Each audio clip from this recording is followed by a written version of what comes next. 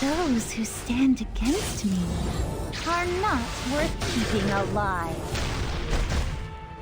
I have no use for you, so you'll have to disappear. What is going on, guys? We are back with another Epic 7 video. Today we're going to go over Yulha to see if she is worth it to summon. So let's go over her skills real quick. So her S1 is just 100% chance at a redirected provoke. Her S2 reflects 30% of the damage that she receives from a single attack. And after she gets below 30% HP, she is granted a barrier and increases combat readiness by 20%. The barrier strength increases proportional to the caster's max health. So she gains a pretty decent sized barrier. I've seen some Yulhas with close to 30,000 HP, and they get a decently sized barrier. Now keep in mind with Hua Young, if her HP falls below 30% after the artifact of of Uberous Tooth proccing, it would not proc the S2. So with that in mind, a lot of people have been running Noble Sacrifice in order to revive and then get that barrier proccing later on. Now her S3 is basically a Crow S3. It's almost exactly the same thing, just a little bit less damage. So her damage scales proportional to her lost HP. So again, if she's got about 30,000 HP and she's missing about like 25,000 HP, she should be hitting for around 20 to 15k-ish. So most likely, if you get to that below 30% HP mark, she will one-shot the Hua Young that you're trying to go for. She'll be hitting for about 15k damage on average. Now, is she worth it? In my opinion, just to get this right off the bat, she's not exactly worth it unless you are 100% struggling with Hua Young in Guild Wars or in Arena. In RTA, you'll never be able to use this character. They'll just straight up ignore her and never even attack into her ever, so she's just going to be sitting there doing nothing. At least with Crow's S2 gives defense and a pushback, so he's got some utility like that. But Yulha just sits there and uses S1 and tries to get a redirected provoke, and if it doesn't land, then she's just sitting there doing absolutely nothing. Now, it might sound good, you're gonna have a Hua Young counter, but keep in mind, now that this character is out, just like with Para, now people are no longer using Para because of DJ Bazaar. DJ Bazaar now one-shots her whenever she uses her S3. Now, if we go into the arena, I'm in Challenger right now.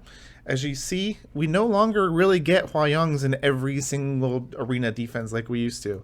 And when we refresh, we might see one. No, we still don't even see one. Let's go ahead and refresh again. And there you go. We got one Hua Young out of 1, 2, 3, 4, 5 out of like 15 battles. And this guy's even using Para too. So apparently he doesn't get the memo that you're not supposed to be using Para anymore either. So that just goes to show you that it's not really necessary to go for her. Just by her being in the game, people are no longer really using Hua Young for defense. In RTA, completely useless. She'll just get ignored. And for Arena, useful, but no longer needed because, as you see, nobody uses Hua Young for defense anymore. And for Guild Wars, it would be good if people are using Hua Young. Other than being a Hua Young counter, she does not really do anything. Now let's go over her artifact, see if her artifact is worth getting. What does her artifact do? At the start of the battle, grants a barrier to the caster for 2 turns. When attacking with a single attack, if the caster is granted a barrier, damage dealt increases by 10%. Barrier strength increases proportional to the caster's max health. Now this one is decent because it gives you that little bit extra tankiness to help you survive the S3 from Hua Young. But ultimately, as a knight artifact, there's probably a lot better artifacts that you can go for. So I would say this artifact's not a must-pull artifact. I would say just save up your bookmarks. Summer should be coming by the end of next month. late next month, early August is when the summer units normally drop. So keep that in mind. Summer Caesarea, Holiday Euphine, and Swimsuit Bologna will be coming out soon, so you may want to save your bookmarks for those characters. Now, we also have a drop rate up for Chloe, so let's go ahead and check out Chloe and see if Chloe's worth it. So, Chloe, let's go over her artifact first, see if her artifact's worth it. Increases damage by 8% when the casters attack with a single attack, and increases damage by an additional 8% if the enemy is granted a barrier. So, this artifact's mostly supposed to be used for clearing the Wyvern to destroy the barrier part. Other than that, it's not really too crazy. I guess you could use it with like a operator cigarette to get an even bigger amount of damage, but not too good. There's better artifacts. Now, let's go ahead and look over Chloe's skills. Chloe has a very unique ability with her S1. She's got Magic Nail. Damage dealt is increased when an enemy is inflicted with Magic Nail. This is specifically a Chloe debuff right here. What is Magic Nail? When attacked, receives additional damage equivalent to 2% of max health with a 25% chance to be stunned for 1 turn.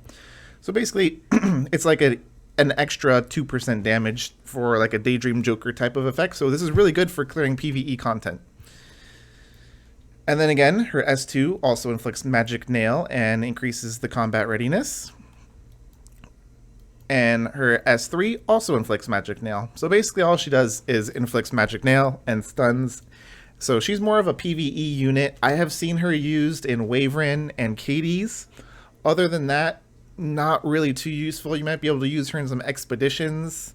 But again, I don't feel Chloe's a must pull. If you want to use her for Wyvern, there's plenty other characters you can go for, such as Mui, such as the regular Tarner Guard, and some regular 4-stars. So in my opinion, both of these banners are an easy skip. I haven't pulled Yulha, to be honest. That's why I just showed the banner. I'm going to save my bookmarks because I don't have Summertime Caesarea, so I'm going to be saving up for that. Plus, I believe the summertime unit coming up soon is going to be Summer Alexa, so that should be another good one. Summertime units are always good besides Holiday Euphine. But yeah, that's pretty much it. I recommend saving your bookmarks for another month. Remember, you want to try to get at least 600 bookmarks to get that guaranteed summon of the summer unit coming up early August, late June, or late July, sorry.